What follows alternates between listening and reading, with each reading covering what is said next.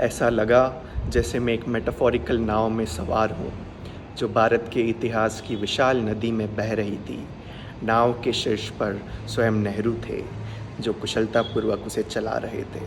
इस नदी के दोनों किनारों पर सिंधु घाटी की कहानियाँ थी, सभ्यता का विकास हुआ, महाभारत और रामायण जैसे महाकाव्य गूंज उठे और भारत के अतीत के कई अध्याय सामने आए। जैसे जैसे मैंने इन पेजों को पलटा, जिस तरह से नेहरू ने हमारे महान राष्ट्र की छवि को चित्रित किया है, मैं बस एक मूक दर्शक की तरह बड़ी मुस्कान के साथ गाय के बछड़े के भांति उत्साहित होकर सभी इतिहास के पन्नों से प्रेरित होता चला गया। Crisis and deadlocks, when they occur, have at least this advantage that they force us to think. ये भारत के प्रथम प्रधानमंत्री पंडित जवाहरलाल नेहरू के शब्द हैं और आज हम उनके द्वारा लिखित एक प्रसिद्ध और महत्वपूर्ण पुस्तक द डिस्कवरी ऑफ इंडिया का रिव्यू करने जा रहे हैं। भारत की सबसे महत्वपूर्ण पुस्तकों में से एक माने जाने वाली the discovery of India Pandit Nehru ने वर्ष 1942 से 1945 के बीच लिखी थी, जब उन्हें भारत छोड़ो आंदोलन में शामिल होने के कारण अहमदनगर किले की एक जेल में कैद किया गया था।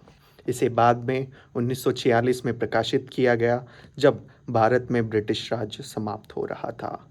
आंशिक रूप से एकांत कारावास में लिखी गई यह पुस्तक हमें एक स्वतंत्रता सेनानी की मानसिकता के साथ साथ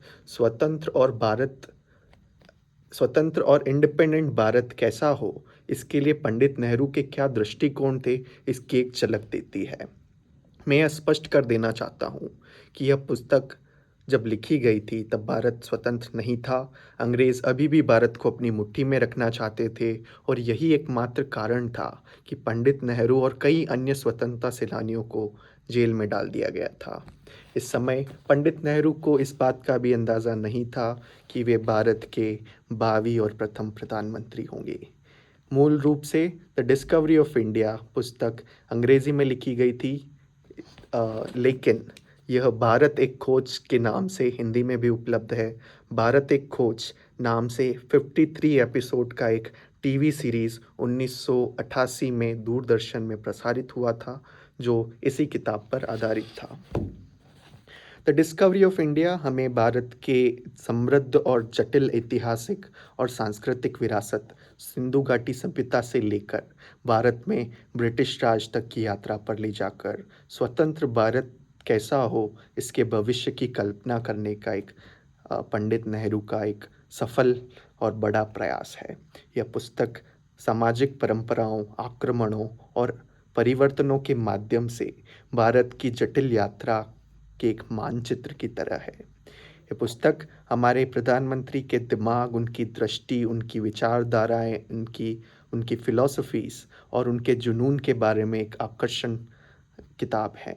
इस पुस्तक में पंडित नेहरू ने भारत के इतिहास के बारे में अपना गहन ज्ञान प्रदर्शित किया है। उन्होंने भारत में ब्रिटिश राज के धुंधलके में पहचान मतलब आइडेंटिटी और अपनेपन की एक बहुत ही ज़रूरी भावना का आह्वान किया है। इस प्रक्रिया के माध्यम से उन्होंने कुछ महत्वपूर्ण बिंदु बताए हैं, जो कुछ उदाहरणों और परिस्थितियों पर एक प्रकाश डालते हैं, जिन्होंने भारत को भारत का आकार देने में मदद की। पहला पॉइंट वह यह बताते हैं कि अंग्रेज़ों के आक्रमण से पहले भारत पर कभी भी विजय नहीं प्राप्त की गई थी। अब आप और हम ये तो जानते हैं कि भारत पर विभिन्न सम्राटों और राजवंशों द्वारा शासन किया गया था, लेकिन एक महत्वपूर्ण बात जो पंडित नेहरू कहते हैं वह यह है कि सभी शासक मूल रूप से भारतीय संस्कृति के साथ साथ भारत में मौजूद सामाजिक प्रणालियों के साथ घुल मिल गए थे और उनका भारतीयकरण या इंडियनाइजेशन हो गया था। चाहे वह आर्य हो, मुगल हो, तुर्क हो या अफगान हो, ये सभी भारत में विद्यमान जातियों के साथ विलीन हो गए। इन जातियों के संयलन से भारत की एक अनूठी संस्कृति और विरासत का एक विकास हुआ। मुस्लिम आक्रमणकारियों के बारे में विशेष रूप से बोलते हुए पंडित नेहरू ने कहा है कि भारत पर आक्रमण करने वाले अफगान एक डिफरेंट इंडो आर्यन जाति के थे और उनकी संस्कृति में पहले से ही कुछ भारतीय प्रभाव थे। उदाहरण के लिए, वे जो भाषा बोलते थे, उसमें पहले ही कुछ संस्कृत का प्रभाव या इन्फ्लुएंस था। और भले ही उनकी प्रारंभिक लड़ाई क्रूर और विद्रोही थी, पर जल्द ही वे भारतीय संस्कृति में घुल-मिल गए और उनका भी भारतीयकरण या इंडियनाइजेशन हो गया था। पंडित नेहरू ने कहा कि केवल मुगल ही सच्चे बाहरी थे जिन्होंने भारत पर आक्रमण किया, लेकिन उन्होंने भी भारत में मौजूद हिंदू शासकों के साथ गठबंधन कर लिया। उदाहरण के लिए, अकबर ने मुगल राजपूत गठबंधन बनाया और वे भी भारत की संस्कृति में समाहित हो गए। इसलिए प्राचीन और मध्ययुगीन भारत या एंशंट और मेडिवल इंडिया के इस लंबे इतिहास में भारत की सामाजिक, आर्थिक और सांस्कृतिक प्रगति के बारे में जो भी निर्णय लिए गए, जो भी डिसीजन लिए गए, वो हमेशा भारतीयों द्वारा भारत के भीतर से ही लिए जाते थे। और ये सब तब बदल गया जब पश्चिमी आक्रमणकारी भारत आए, चाहे वो फ्रांसीसी हो, पुर्तगाली हो या ब्रिटिश हो, क्योंकि भारतीय इतिहास में पहली बार भारत को एक विदेशी आक्रमणकारी की इच्छा के आगे झुकना पड़ा, उसके आर्थिक निर्णय लेने पड़े। मतलब इसके आर्थिक निर्णय और सामाजिक विकास की एक विदेशी इकाई, एक फॉरेन एंटिटी और गैर भारतीयों द्वारा ये जो डिसीजन मेकिंग थी, वो भारत से बाहर ले जाया गया इसको, और इसके कारण भारत की आर्थिक और सांस्कृतिक प्रगति को बहुत भारी नुकसान हुआ। हालांकि कुछ मेरे फ्रेंड्स, कुछ लोग भारत के जो कॉन्करर्स हैं उनके बारे में विपरीत राय रखते हैं। उनका कहना है कि पंडित नेहरू ने जिस इरादे से इसे कहा है कि भारत पर कभी जीता नहीं गया था, वह थोड़ा गुलाबी रंग का है, क्योंकि उनके अनुसार भारत में आने वाले प्रत्येक आक्रमणकारी ने राजनीतिक हिंसा की, रक्तपात किया, उत्पीड़न किया भारत में मौजूद मूल जनजातियों का, और वहाँ जबरन धर्म परिवर्तन भी कराए गए। लेकिन जब आप इस किताब को पढ़ेंगे तो आप देख सकते हैं कि पंडित नेहरू ने जिस इरादे से इसे लिखा है वह यह है कि उस समय के दौर में हम सबको एक साथ आने की ज़रूरत थी। उन्होंने इसी इरादे से लिखा है कि हम सब एक साथ आएँ, अपने मतभेदों को दूर रखें और भारत में मौजूद इस अनूठी संस्कृति और विरासत को अपनाएं और एक साथ आएँ अंग्रेज़ों के खिलाफ लड़ने के लिए, जिनके बारे में वे सोचते थे कि वही असली कॉन्करर, डिस्ट्रॉयर और इंडिया को नष्ट करने वाले हैं। हमारे देश के कितने नाम हैं, भारत, इंडिया, आर्यव्रत, हिंदुस्तान और न जाने और कई। पंडित नेहरू ने इन सभी नामों के इतिहास को बताया है। साथ ही कई भाषाएं जैसे संस्कृत और हिंदी के उदय और अस्त होने के बारे में भी लिखा है। प्राचीन भारत के बारे में एक और महत्वपूर्ण बात जो पंडित नेहरू कहते हैं वह यह है कि चीन, ईरान और ग्रीस के साथ भारत के विदेशी संबंध। अब कई प्राचीन ग्रंथों की खोज विदेशी यात्रियों द्वारा प्रतिलोकों के साथ साथ उस समय के दौरान खोजे गए कई अवशेषों के कारण भारत के चीन, ईरान और ग्रीस के साथ कई घनिष्ठ संबंध बने। इन सभी से यह स्पष्ट है कि भारत का जो विदेशी व्यापार था वो व्यापक था और भारतीय व्यापारियों का विदेशी बाजारों पर प्रभुत्व था, एक इन्फ्लुएंस थी। सिर्फ विदेशी व्यापार के अलावा पंडित नेहरू यह भी कहते हैं कि तक्षशिला विश्वविद्यालय में भारतीयों और मध्य एशिया के साथ साथ चीन के लोगों के बीच विचारों और फिलोसॉफी का, दर्शन का व्यापक आदान प्रदान होता था। इससे पूरे देश में भारतीय संस्कृति और भाषा का प्रसार हुआ।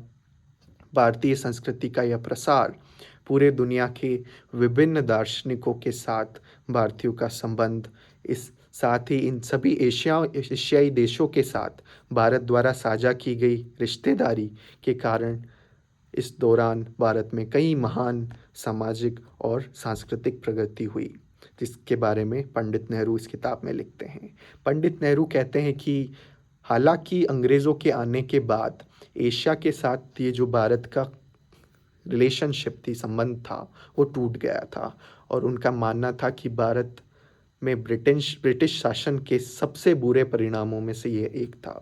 वास्तव में ब्रिटिश शासन के तहत एशिया से कट जाने का सबसे बुरा परिणाम भारतीय व्यवस्था का स्थिर हो जाना, फ्लैट हो जाना था।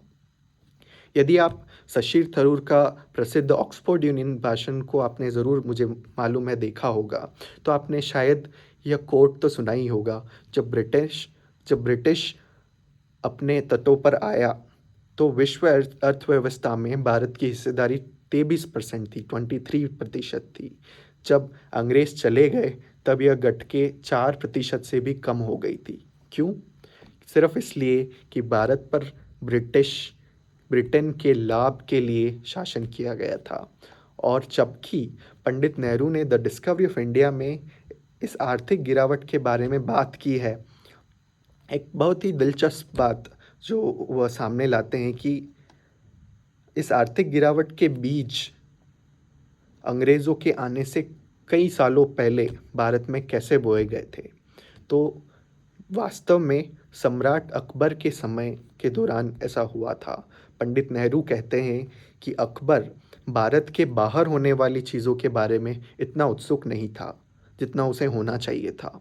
इसलिए वह साइंटिफिक डिस्कवरीज, टेक्नोलॉजिकल एडवांसमेंट्स या आर्ट्स की और फिलोसॉफी में जब यूरोप पुनर्जागरण, रिनेसेंस के दौरान हो रहे आंदोलनों के बारे में वो अकबर इतना उत्सुक नहीं था। जिज्ञासा की इस कमी के कारण भारत के भीतर विभिन्न क्षेत्रों में इनोवेशन और प्रगति की कमी हुई, जिसके कारण बाद में ब्रिटिश उपनिवेशक लाइक कॉलोनाइजेशन के प्रति अधिक संवेदनशील या वल्नरेबल हमारा देश हो गया।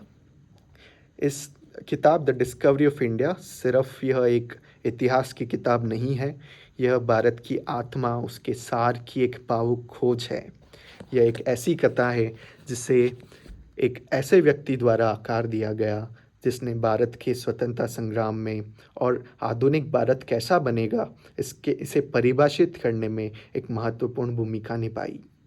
अपनी खोज में पंडित नेहरू केवल ऐतिहासिक तथ्यों और घटनाओं तक सीमित नहीं रहते, वह भारत में फिलोसॉफी, धर्म, कला, संस्कृति, विज्ञान, साहित्य में गहराई में उतरते हैं। वह वेदों, उपनिषदों, महाभारत, रामायण, बुद्ध, महावीर, शंकर, रामानुजन और ऐसे कई अन्य लोगों की फिलोसॉफी के बारे में लिखते हैं। पुस्तक के अंत में वह अपनी आशाओं, अपने सपनों और भारत के लिए अपने दृष्टिकोण के बारे में बात करते हैं। यह उन मूल्यों और सिद्धांतों के बारे में लिखते हैं जिनके बारे में उनका मानना है कि जो देश का मार्गदर्शन करने में मदद करेंगे। वह एकता के महत्व, इम्पोर्टेंस ऑफ यूनिटी और secular fabric of India, Bharat के साइंटिफिक टेम्परामेंट और टैलेंट को नर्चर और गरीबों के उत्थान या अपलिफ्टमेंट की एक ज़रूरी बात करते हैं। द डिस्कवरी ऑफ इंडिया एक ऐसी पुस्तक है जो एक पर्सपेक्टिव, एक लेंस प्रदान करती है जिसके माध्यम से हम भारत को न केवल एक राष्ट्र के रूप में बल्कि एक सभ्यता, एक समृद्ध विरासत, एक जटिल वर्तमान और एक आशाजनक भविष्य के साथ साथ एक जीवित इकाई के रूप में हम समझ सकते हैं। प्रतियोगी परीक्षाओं की तैयारी करने वाले छात्रों के लिए इस पुस्तक में दिए गए दृष्टिकोण और अंतर्दृष्टि को समझना भारतीय इतिहास, संस्कृति और समाज के बारे में एक व्यापक दृष्टिकोण बनाने में बेहद मूल्यवान हो सकता है। लेकिन परीक्षाओं से परे यह पुस्तक भारत के सार की खोज में, उसके अतीत, इसके वर्तमान और इसके भविष्य में रुचि रखने वालों किसी भी व्यक्ति के लिए एक खजाना है। वैसे तो इस किताब को कई प्रभावशील लोगों ने पढ़ा, लेकिन the great mind of that time Albert Einstein ने किताब पढ़ने के बाद स्वयं नेहरू को लेटर लिखा और उसमें लिखा, this book gives an understanding of the glorious intellectual and spiritual tradition of your great country. संक्षेप में कहें तो द डिस्कवरी ऑफ इंडिया एक किताब नहीं, किताब से कहीं अधिक है। यह एक यात्रा है। समय के माध्यम से, प्यार के माध्यम से, जुनून और दर्द के माध्यम से, भारत की आत्मा के माध्यम से एक यात्रा। किताब के अंत में नेहरू कहते हैं, वैसे तो मैंने बहुत कुछ नहीं लिखा जो मैं लिखना चाहता था, पर इस किताब को कहीं न कहीं तो ख़त्म करना होगा। जेल में बैठे हुए पंडित नेहरू कहते हैं कि उन्होंने लगभग 1000 पन्ने लिख चुके हैं और अब उनके पास और पन्ने नहीं बचे। दोस्तों, यह सिर्फ़ एक इतिहास के बारे में किताब नहीं है, यह प्रेम की एक कहानी है, एक व्यक्ति की अपने मातृभूमि के प्रति अटूट स्नेह की। जैसे ही आप इनके पन्ने पलटते हैं, आप केवल पढ़ नहीं रहे हैं, आप भारत का अनुभव कर रहे हैं। You are not merely reading it, you are experiencing India. If you are still here listening to me, thank you for your time. Take care.